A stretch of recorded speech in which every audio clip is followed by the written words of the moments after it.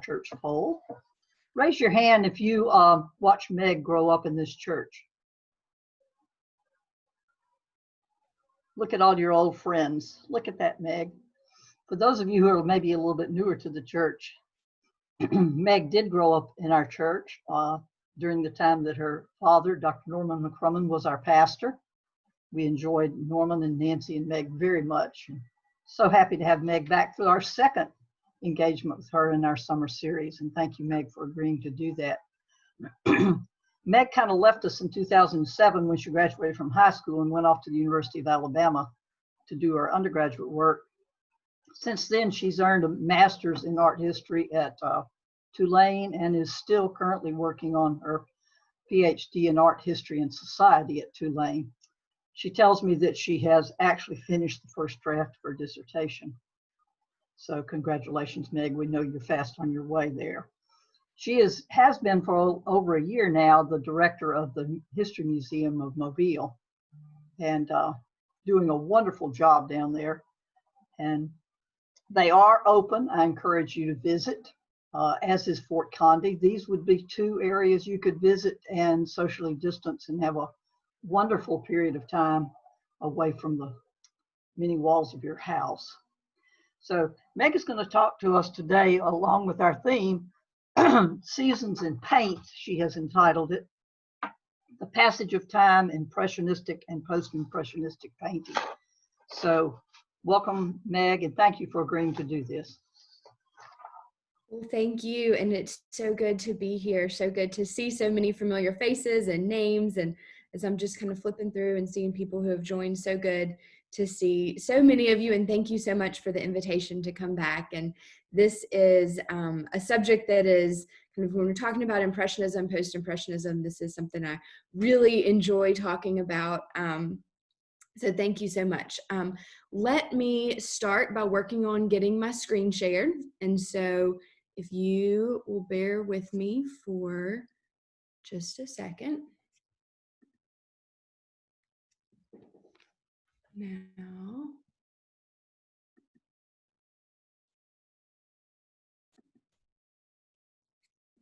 all right, let's see.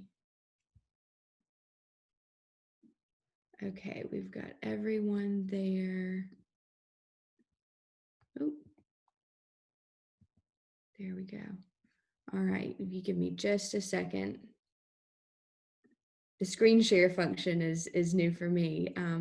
Let's see. All right, and then I'm going to get where I can see all of your faces. There we go. And then if you'll give me just another second, I'm going to pull up the chat. I'm going to see if I can watch the chat as we go, see if I see any questions. All right, there we go. All right, so is that working? You can see the PowerPoint, you can see the screen share. All right, well, good. So today, as Judy said, talking about seasons in paint. The writer in Ecclesiastes begins, of course, to everything there is a season. And I'm taking that very literally today and looking at how Impressionist and Post-Impressionist artists kind of literally depicted seasons and how they chose to represent those seasons in kind of the changing of seasons, represent those seasons, but then also the way that they give meaning to those seasons. And I'm going to focus on two of probably the best known artists in the world. And so maybe, hopefully that will be familiar to you. We're going to look especially at Monet and Van Gogh, and looking at how they kind of thought about seasons and what seasons meant to them. But even though these are such well-known artists, hopefully I'll be able to bring something kind of new and fresh, and maybe you'll be able to see these very familiar artists in different ways.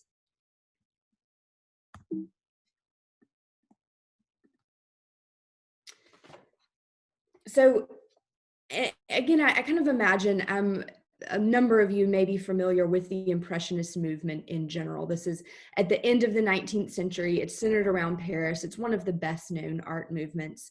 Monet, Degas, Mary Cassatt, Renoir, kind of among some of the very best known artists.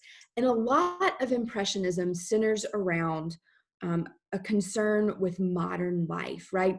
About what it meant. These Impressionist artists are trying to figure out kind of what it meant to be to live in the modern world. We have to remember, I mean, the end of the 19th century was a time of really extraordinary change. And I think in some ways feels very familiar to us, just the pace of not only the number of changes that had happened, but the pace at which change is happening is coming so quickly in what was up to that point kind of unprecedented in the world. The effects of industrialization had really begun to impact life. And so there's all sorts of ways in which modern life had changed. Things like, this one's always so fascinating to me. People describe what it was like to be in a crowd.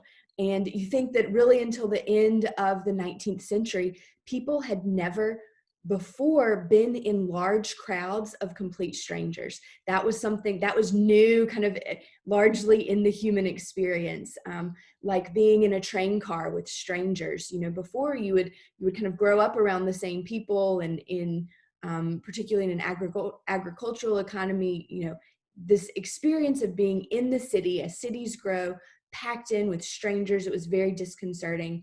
But leisure time was also new, right? So for the first time, people are, there's a growing middle class that works 9 to 5 hours. There's time for leisure. There's time for weekends, which is a new concept of a weekend. So there's, and leisure. And so you see a lot of that in Impressionist painting and in 19th century painting of the time. And in fact, the Impressionists and this generation was acutely aware of time itself. And this had begun really kind of with the Industrial Revolution. Certainly when trains start running on schedules in 1820, you think that minutes had never mattered in that way kind of before. And knowing and being able to measure time down to the minute, standardize time around a country. And then as commerce begins to really grow and spread towards the end of the 19th century, being able to standardize time around all of Europe, for example. This is Europeans, kind of Westerners, really become acutely aware of time in a whole new way. And you think about how much that structures our own lived experience. This is though something new for them. And there's also, and you see this a little bit in the Caillebotte painting that's here, there's a sense of anonymity in the city of Paris that was really disconcerting for a lot of people. The standardization of time, but also here, you know, of umbrellas and coats and buildings. And there's a lot of uniformity that seemed really kind of disconcerting about modern life for the first time. So this is what Impressionist artists kind of are doing. They become interested in representing all aspects of modern life. And again, it's really kind of, even that it seems very commonplace for us. These look like kind of lovely pictures. For them, it was quite radical to see themselves, for someone to go into a salon, into an art show, and to see their own kind of lives or things, scenes from their own lives reflected in the salon in fine art was really something quite extraordinary. You know, grand paintings in the past had been about biblical stories or mythology, or then maybe, you know, you had just kind of started to get the great leaders kind of, but really, or then you get landscapes and still lifes and other kind of genres, but there had not been scenes of everyday life and experience elevated to the highest forms of art. Degas here, of course, he's kind of caught these ballerinas in this painting, not even in their performance, right? It's actually just a rehearsal. It's kind of in the course of their everyday jobs. They are stretching and yawning and rehearsing, and not even kind of at the moment of performance. So as kind of art historians talk about this, there's a well-known art critic at the time named Charles Baudelaire. And Baudelaire wrote a very famous essay called The Painter of Modern Life in 1863. And this essay really didn't actually use the word Impressionism, but as we look at it, it actually helped define Impressionism in a lot of ways. But one of the things he said is that artists should paint the ephemeral, the fugitive, the contingent.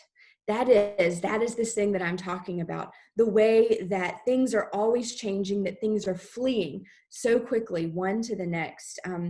Things, he's saying modern artists should paint things that are contingent to this moment, that are specific to this moment, to modern life. And so that means all sorts of things, right? Whether it's modern fashions or the ballerinas or the day, or kind of all these different things, but that modern artists should look for, again, this is this important phrase, the ephemeral, the fugitive, the contingent.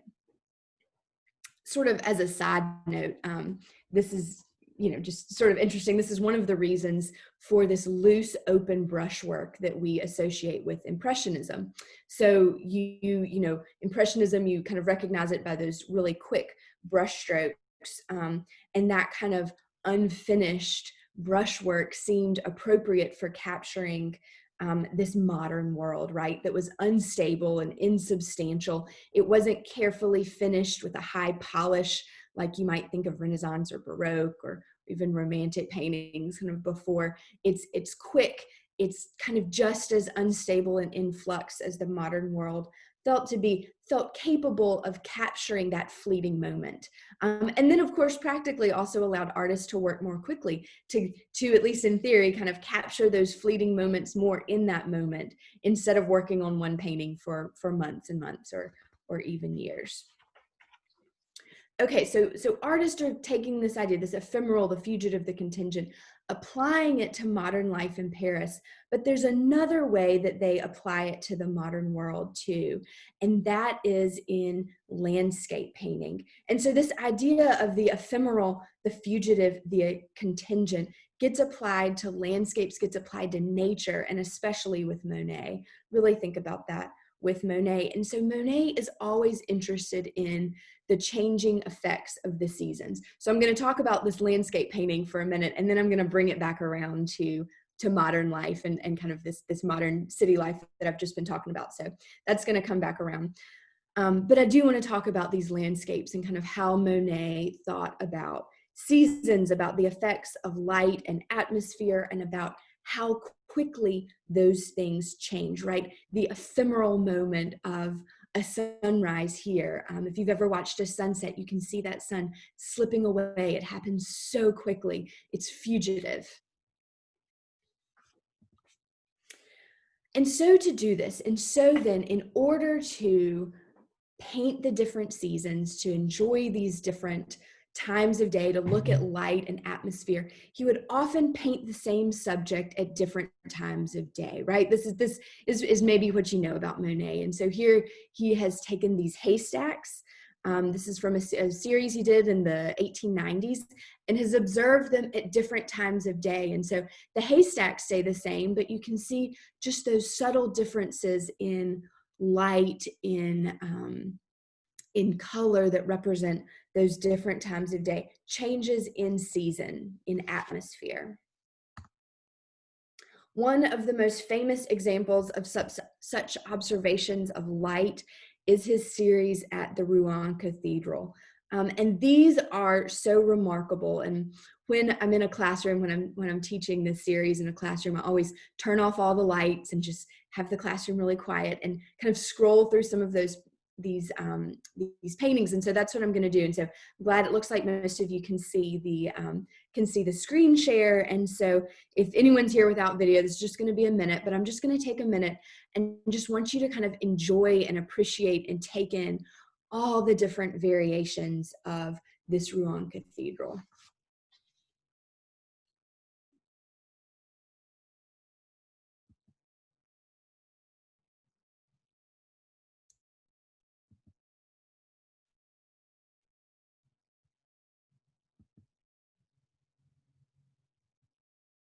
Same subject, different times of day.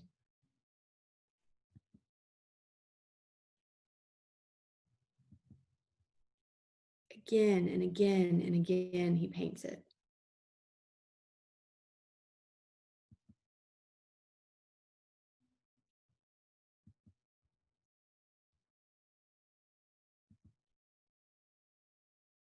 Slightly different angles sometimes, mostly the same.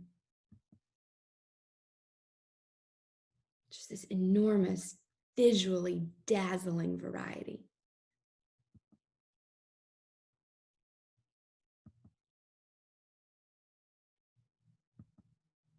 They just go and go.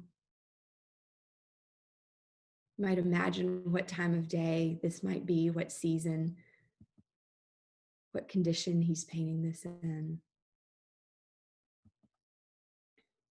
So I've just showed you just 19. He painted Rouen Cathedral over 30 times. And so again, coming again and again to this, he's always after these ephemeral atmospheric conditions, the various times of day, the seasons, the weather conditions. And so the question then becomes, is he really painting the cathedral over and over? Or is he actually painting light itself? Is he actually painting season? Is he painting atmosphere? And you think, how would you go about painting light? Well, one way that he comes about it is to do so by painting the same subject. And so the subject, but the cathedral in a way starts to recede, and what starts to come forward when you see all these paintings one after another, it's the light and the atmosphere and the season that actually comes forward and becomes kind of, in a sense, the real subject of the painting. And so seasons have kind of, in one way or another, they have this really long history in art. But for Impressionists, again and again, kind of the seasons appear as something routine and yet also something as fleeting as the clouds in the sky. And so even if we might think of nature as eternal, it is also something filled with fleeting moments. You know, we think about how the light changes and the clouds move. What are we having right now? This sub-Saharan dust comes in that changes the atmosphere just a little bit.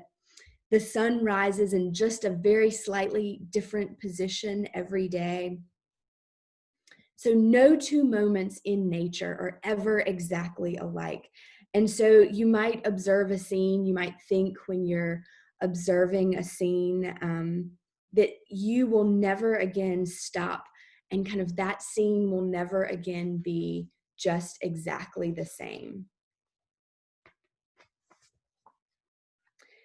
And for these artists, and this is kind of where I bring it back to this experience in the modern world, for these artists, this experience of nature, again, in a modern world that felt so transient and unstable and constantly changing, right? This is how they experience the modern world, constantly changing and unstable, perhaps in some sense how our world feels right now.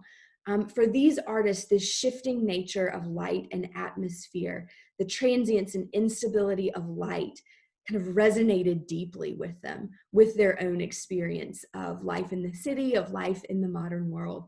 And that gets reflected even in the way that they experience landscapes and kind of enjoy and appreciate the constant flux of nature.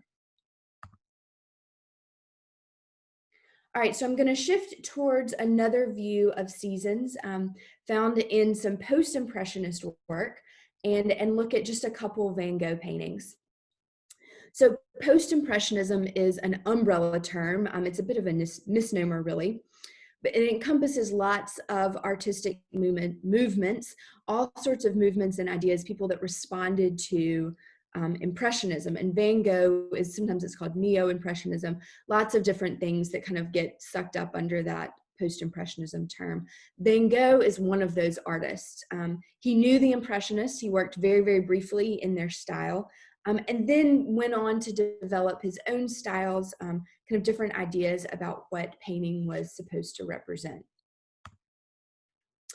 So here we have a painting, Van Gogh, painting Wheatfield with a Reaper from 1889. Van Gogh was extraordinarily prolific. The catalog of his paintings is extraordinarily vast. So he too is interested in the seasons, but in a totally different way from the Impressionist. He is not at all interested in this fleeting light or this ephemeral moment. He is much more concerned with permanence, right, with deep and lasting and enduring themes in the history of the world, and in the history of the art. And so some of his art kind of is at the threshold of symbolism, and like other symbolists, he's looking to connect with eternal truths, whether those truths are found in nature or those truths are found in religion. And you get a sense of this in a letter that he wrote in 1885 to his brother. And he's talking about the seasons and the change of the seasons here. And he said, "It is something to be deep in the snow of winter, to be deep in the yellow leaves in autumn, to be deep in the ripe wheat in summer, to be deep in the grass in spring. It is something to be always with the mowers and the peasant girls in summer with the big sky above, in the winter by the black fireplace, and to feel this has always been so and will always be." So for him, this connection with the seasons, with the change of the seasons, is not ephemeral, it's not fleeting, it is something deep and routine that connects with the deepest parts of time.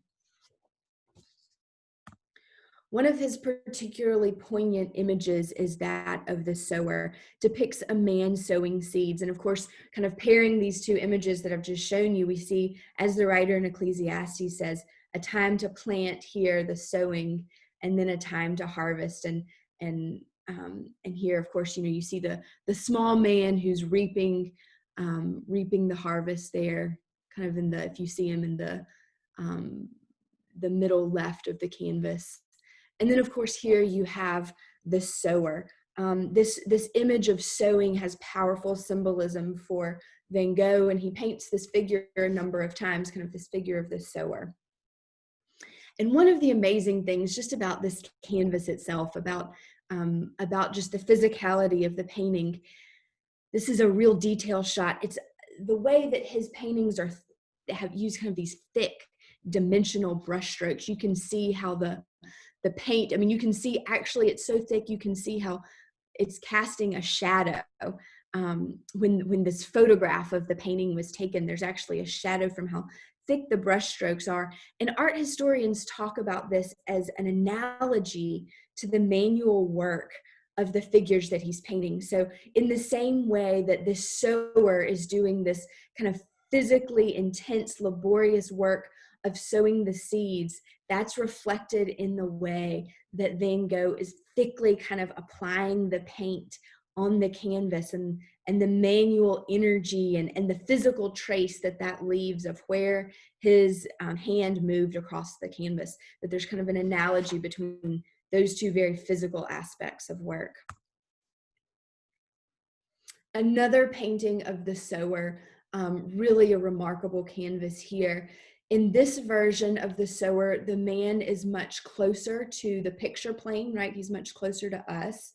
And you see he has a bag on his shoulder, across one shoulder. That's the bag from which he is taking the seeds and sowing the seeds. You see this kind of odd tree that transects the canvas. That is kind of reflects Van Gogh's interest in Japanese printmaking, which was very kind of had become popular in Europe at the time, as the ukiyo-e prints had come to France particularly. So that kind of flat tree that transects the picture plane. The really interesting part here is this sun, this giant, enormous sun, very strategically placed, really to look, if you think about it, to look like a halo. And that, even from Van Gogh's letters, we know is a really kind of intentional symbolism that he's after here.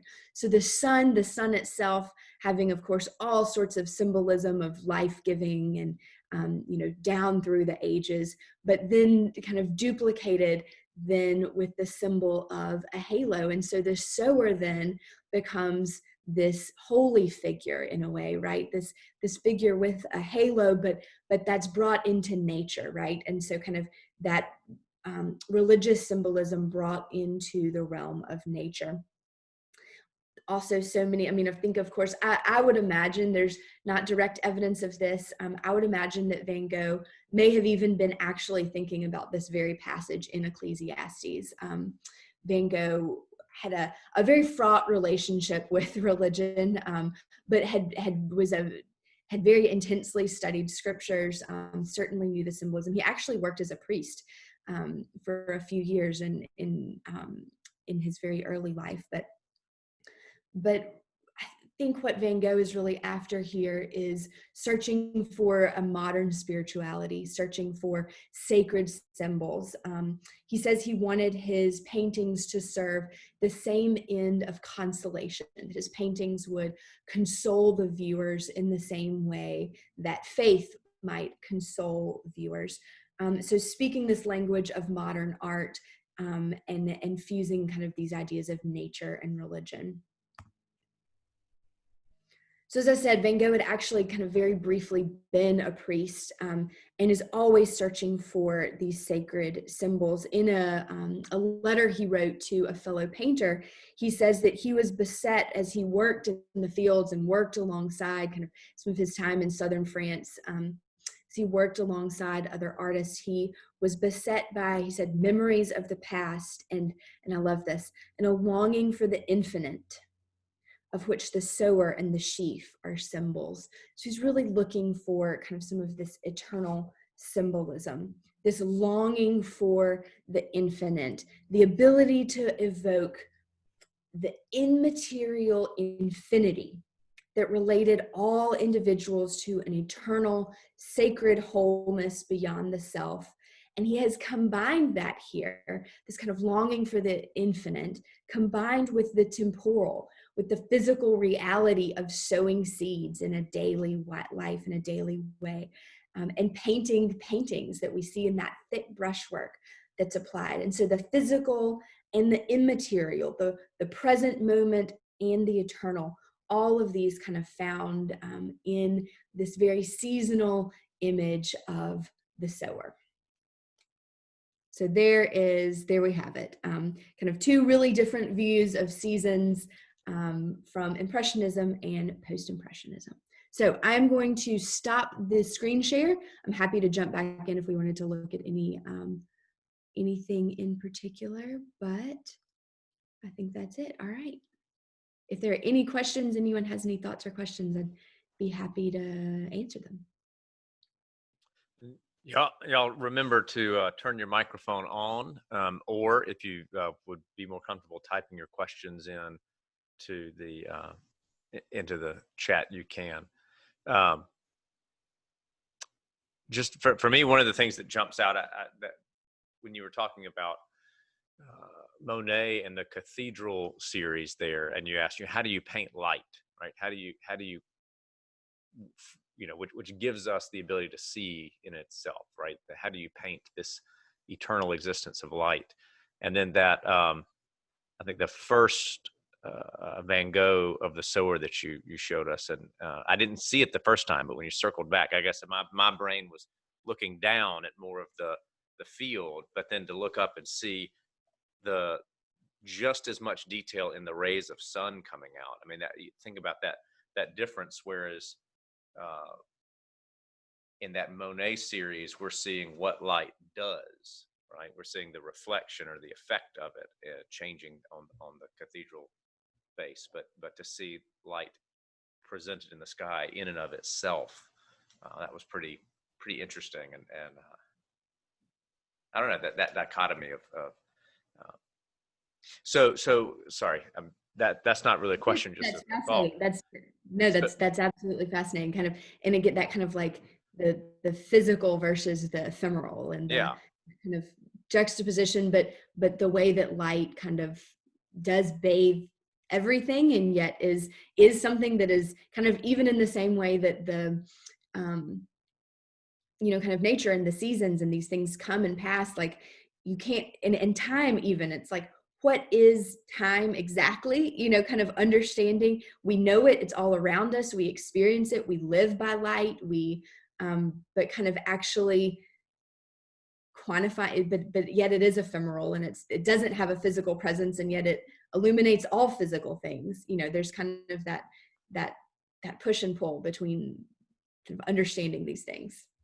So how much do you think folks like Monet who are, you know, painting the same image, trying, you know, you got to get he's trying to get the exact time of day. And of course, as I remember little bits of this, that, you know, prior to the photograph, right, he can't just go out and take a picture. I want to remember this and I'm going to paint from that photograph. He's got to time exactly and hope that the clouds are the right, you know, same spot, that they're not obscuring the sun, to go out the same time of day to paint that haystack repeatedly, but within this narrow window.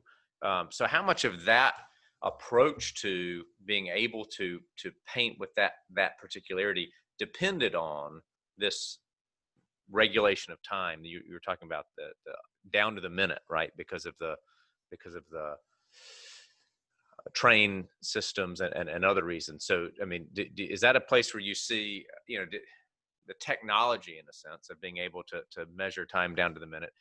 Was he dependent on, I mean, are there stories of him, you know, I've only got 30 minutes, I got to rush to get out there, or was he planning his entire day around that? Or what do we know about his approach to that, catching those minute moments repeatedly in order to paint those haystacks, for instance?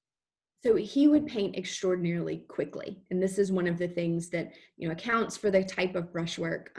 It also accounts for a real change. And one of the major criticisms that Impressionists got is that the canvases became much smaller. And so to be a really kind of top level, top tier respected painter in the past, you know, artists had done these enormous canvases, these big history paintings, right? And this is kind of, people that did small little still lifes were kind of so-so painters, and the people that did the great big history paintings were much better painters, kind of in this hierarchy, this very strict hierarchy of painting. And so the Impressionists, of course, you can't physically take an enormous canvas out en plein air. This kind of painting is they painted en plein air, sur la scène, like in front of the thing, in outdoor air.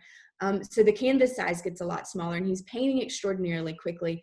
And so would work then, you know, and maybe finish, would work on multiple canvases at once, right? So you kind of go out in the morning and he would have, like, you know, the 10 o'clock painting, the noon painting, you know, and the afternoon painting, and then maybe go back and by the next day or two have working on those same three again, and then have finished them kind of with those different lights.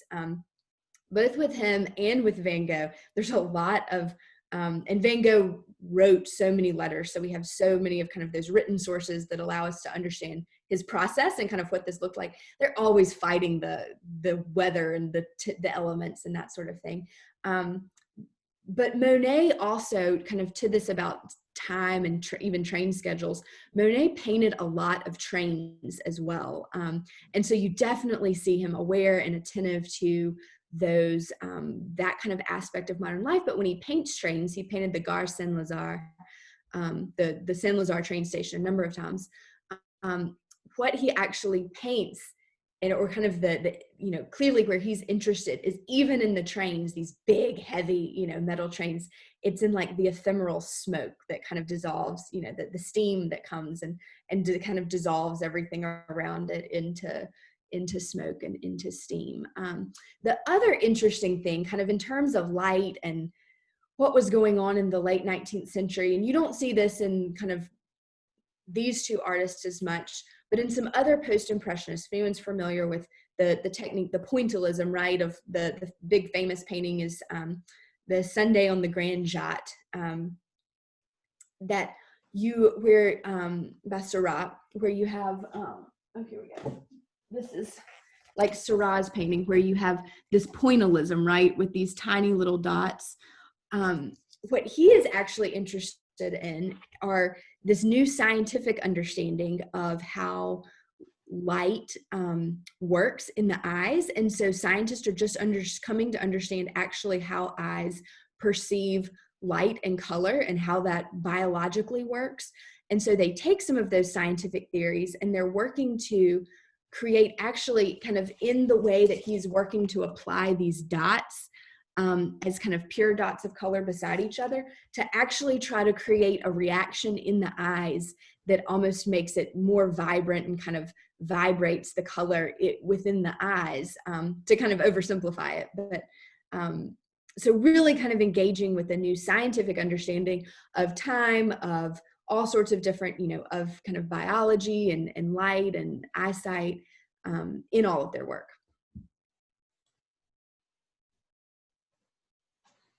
Other thoughts or questions, reactions to ask Meg about? I have a question. Like Buzz, I'm focused a lot on the sun and the light in the Van Gogh paintings, and it's so powerful.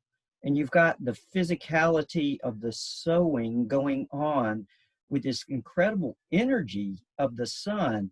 And somehow I'm thinking about, is the sun rising or setting? What does that mean in terms of the human life that's being portrayed? Do you have is the sun rising? Is it setting? What do you think, Meg? That is a great question. All right, I'm going to work and just share my screen again real quickly. There we go. Can y'all see that? Is it rising or is it setting? My sense is that it's setting, but I don't know that. I don't know that in any way. The only reason I might think that in this painting is because of the crows that are there, and some of his other works that are kind of more clearly sunsets, where he paints those same, you see these two kind of black, they're just ever so slightly, let's see, oh, there you can see right there, these two kind of birds, and some other paintings where it's more clear. What we do know about Van Gogh is that he kind of pushed deep into the symbolism, and really, whichever it was, it had some kind of meaning for him. And he was always looking, he was always kind of looking for those different meanings. And I think there's, I think he's also thinking about the symbolism of sowing. Maybe it's a sunrise because you're sowing, and then in the harvest, there's kind of the analogy of the sunset. It's definitely, I'm sure he was, whatever the answer is, I'm sure he was very thoughtful and intentional about it. Yeah. I mean, because if the sun is setting and the work is going on, it's kind of a human striving and working against time, the fleeting nature of time. Our tasks are measured in accomplishing while our life is getting shorter. And yet we work and strive in that with the knowledge. If the sun is rising, then it kind of means something different. We are working to live into the life that's before us. And so the halo is very striking, I thought, and that may have a totally different kind of meaning. I don't know. So that's fascinating. Yeah. He, absolutely. I think you're right. And, one thing we do know about Van Gogh, and that's so insightful and so thoughtful. One thing we do know about Van Gogh is that he really lived and kind of identified with the work of the people that he is depicting, and he worked alongside them, and he was very in kind of rhythm with their cycles of work, and that was really kind of at the forefront of a lot of what he did. He kind of identified with the manual labor of people who worked in fields, and sometimes kind of bordered on idealizing it, but really just appreciated it. Mm-hmm. Yeah. All right, I see another question in the chat over here from Susan Abrams. It says, at the time that it was painted, was this art available for the common folk to see, or only in locations the more affluent would see? Great question. I'm wondering if art, quote, provided comfort the way faith does for the working class and poor, thinking of Van Gogh's potato eaters. Absolutely. So huge changes in that kind of going on at the end of the 19th century. Although generally it was less, in a sense, about the division of who saw art by the end of the 19th century was less about affluent and not affluent as it was rural and city. And so within the city of Paris, certainly everyone from kind of like lower middle class and petite bourgeoisie, to the most affluent could go to the salon. This was meant as a public service to the nation. It was government sponsored. And it was kind of one of the things that everyone in Paris did every year. And so, you might imagine that the absolute destitute weren't doing this. This was not part of their kind of daily struggle for survival, but really anyone there was a very wide range of incomes that would come to a Paris salon. Now however, in rural areas, this is less common. And so even that starts to change. You get artists like the realist Courbet, who kind of for the first time, he toured his art around the countryside before it went to the Paris salon. And that was this kind of revolutionary thing that people in the rural areas would be able to see art. It was like 1850s, 1860s. Now, when you think about Van Gogh in particular, so that's kind of in general. There was a lot of, it was expected that people would see art. And then in the end of the 19th century, this dealer, the gallery, the dealer critic system begins to develop. So forever you had just had the salon in Paris that was the official art. Then you start to get this other system that the Impressionists really take advantage of, where dealers and critics start to, you can see work in galleries. You have art dealers, and then you have critics that come into the galleries. And so there's some notoriety to be had outside of the official salon system for the first time. Unfortunately, Van Gogh couldn't take it, like there wasn't a lot anywhere for Van Gogh in that. His brother was a dealer. His brother, Theo Van Gogh, was an art dealer, would show his work. People say like he only sold one painting in his lifetime. He didn't have a lot of financial success in his lifetime. He did have some critical success. So there were artists that were showing. So all to say, who would have actually seen, so this question is, who would have actually seen Van Gogh's paintings? They were seen he always was welcoming people into his studio. He would give his paintings away very freely, shared them among a lot of people. I think he was always after, he was definitely always after that critical and financial kind of success that didn't come to him as much in his lifetime. And so he always hoped that his work was going to have a wider audience. Of course, now it's probably has the widest audience of any artist in the whole world that it didn't necessarily have in his time. And so I would imagine his art didn't circulate as widely in his lifetime as he would have hoped. But he was always pushing towards that. And his brother did a lot to get his art in front of a lot of different people. And certainly he was giving it away and welcoming people into his studio all the time, which is kind of a convoluted, kind of a complicated answer to a simple question. But.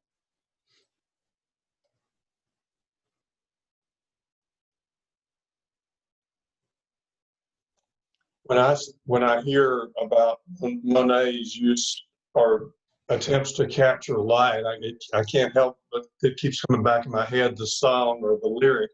How do you catch a moonbeam in your hand from the sound of music? Seems very appropriate. Absolutely. And right after that ephemeral thing, how do you do it? How do you solve a problem like Maria?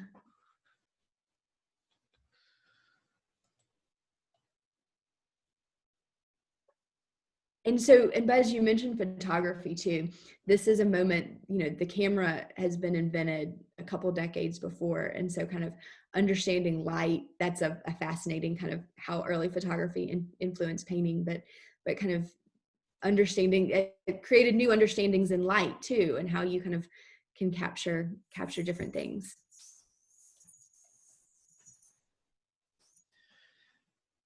Well, we may have some other questions if folks want to either type or turn on your audio to ask. But while we wait, maybe shifting gears just a little bit, Meg, here you're a art historian, and of course, art history and other kinds of history intersect in so many ways. And so we're so excited that you're in the position that you're in as the leader of our Mobile History Museum. Anything you want us to know about the museum in particular, maybe during this? Judy already started by letting us know that it's open right now, but big picture, zoomed out even beyond the coronavirus situation, what should we as residents in Mobile and citizens know and be excited about coming up at the museum, and maybe ways in which you bring sort of this artistic lens to some of the work of larger than only art going on at the museum? Great. Well, thank you for an opportunity to talk about what I do. I love that. There's a lot going on at the History Museum, and really we're looking to engage in a number of ways, kind of a number of fronts. On the popular front right now, we have the Ancient Rome exhibit that is open. This is certainly might be interesting to this group. It's going to be open through Labor Day. So that was extended, kind of looking at some technology is really kind of fascinating. It's a beautiful exhibit that was created in Italy and come over. So machines that were created from kind of original Roman blueprints and notes, and kind of created for the first time in 2,000 years, understanding how their technologies worked. So that's kind of this popular. We've got some other really wonderful, going to be very popular exhibits coming in 2021. On the kind of academic and kind of Mobile history, making contributions to Mobile history front, we have an exhibit that would have already opened outside of coronavirus, but will be opening at some point, called A History of Mobile in 22 Objects. And we've published this beautiful catalog that goes with it. And if you've spoken with Pat Eddington in the last few months, you might have heard about it, because we worked really hard on this together. She worked really hard on a lot of the fundraising for it. And so it's about 25 professors, Mobile historians, museum directors, all sorts of experts in their field have written kind of short essays on these 22 objects from the museum's collection. And so they're kind of small, interesting, compelling objects that tell these big stories all the way from the pre-colonial past to the 21st century port. So that's kind of and it's this beautiful catalog, kind of academically sound, but also coffee table book that we're publishing in conjunction with that. But then the real thing that we're excited about, and kind of is this kind of the community. So we've got the popular front and the academic front, but really kind of in terms of engaging our community and telling one of the most important stories in our community.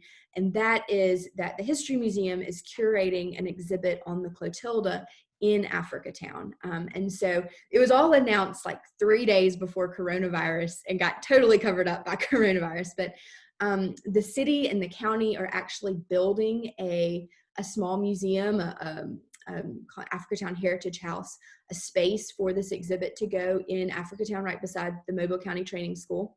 And the History Museum has the artifacts, those pieces of the ship that have been recovered from the Clotilda are going to be on loan from the Alabama Historical Commission. And we're working with the Africatown and Africatown Advisory Board, and I know some of the same folks that y'all have worked with, to create this exhibit. So we're going to kind of create and operate this as a museum site. It looks now like it will open May or June of 2021.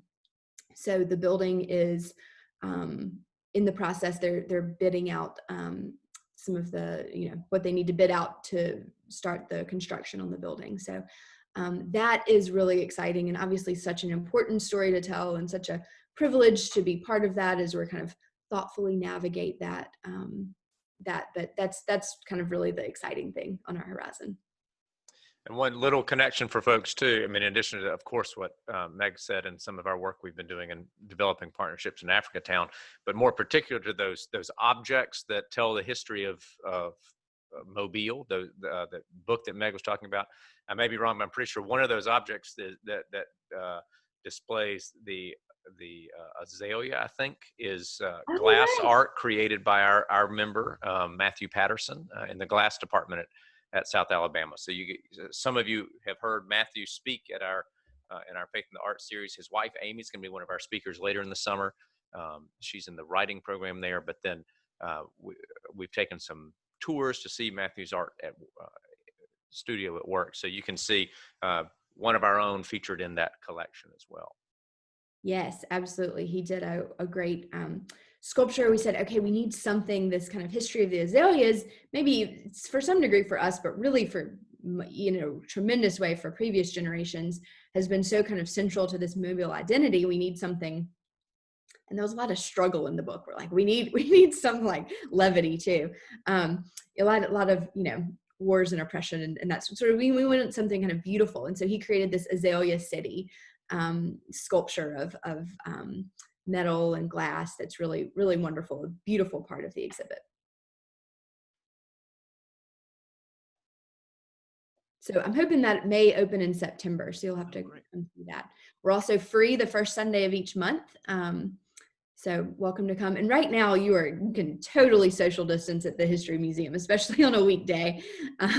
Very easy. We're getting some people coming back, but it's been steady but slow. Other thoughts or questions for Meg? We've got a little bit more time. Have one. Isn't the History Museum of Mobile supposed to get the Raphael Sims statue? And that seems a little ironic with the tilde thing. Well, in some ways they work together well. We have it. It's come to the museum already. It's in storage, and so it's not going to be on display right away. And there's some conservation work that needs to be done on it. And then we also are going to take some time and really figure out how to tell that story well, right? And kind of bring in community advisors and kind of really get proceed carefully in how we tell that story. So part of the story is about Admiral Sims and what the monument represents. But then part of the story that has to be told alongside it is contextualizing that, and that is the story of the monument itself. So who put up the monument, why it was put up, importantly, what it means to honor someone through a monument in a public space, to put someone on a pedestal in a public square, kind of what that means, and then why it came down and what this moment is, and why that decision was made in this moment, and why it makes sense to have it in a museum versus in a public square. So in some sense, they come out of a similar urge, right? They come out of a similar place of telling a story of, a march of kind of tragic past and a march towards justice.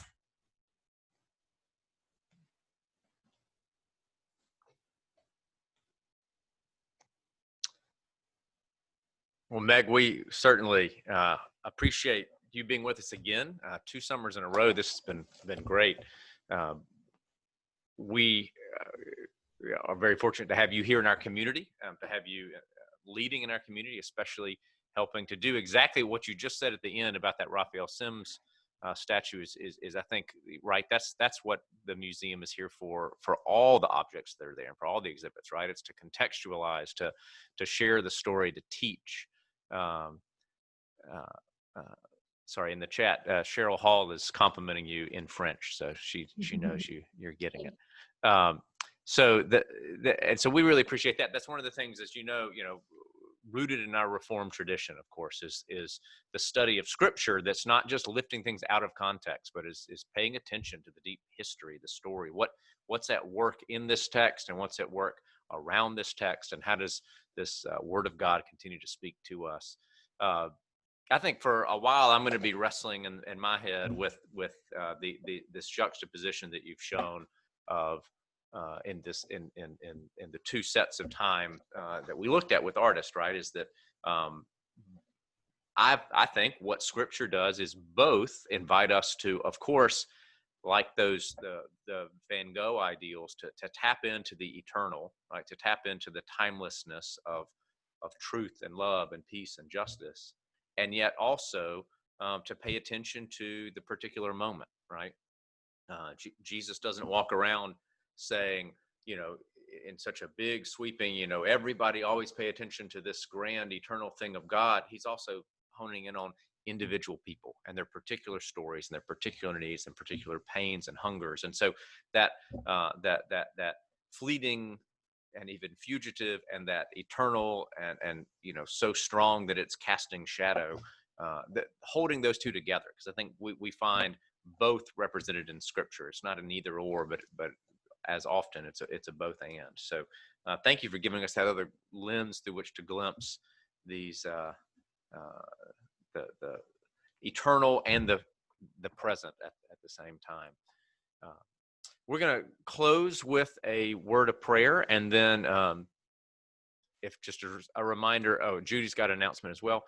Before we do that, if you chimed in late and you missed this, we're recording it, and so we'll be posting it on our Facebook page, and I think on YouTube as well, for folks to circle back and get to catch all of Meg's presentation if you missed the beginning, or some folks who weren't able to, so you can share that link with others to let them hear and see what we got to hear and see this morning.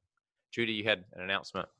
I'm wondering if it's the same thing I was going to announce. You go ahead. Probably. That's why I raised my hand. I want to get in front of you. No, we will not have Sunday school next Sunday. We made the decision in the committee, being the 4th, that it would be best to do that. But the following week, which will be July 12th, our kind of the anchor group, they've almost always been in our summer series, our Spring Hill Spiritual Writers Group will be doing Sunday school on the 12th, with the topic of A Time to Every Purpose Under Heaven. And I'm sure most of you will have heard them before. This is a group that meets in the church frequently.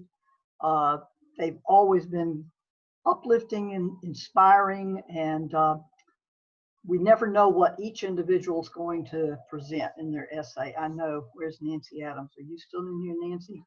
Nancy was talking about serendipity. Hey, Nancy. So we will see what they have to bring to us on the 12th. So I hope we'll see you then. Thank you. Let's close with the word of prayer.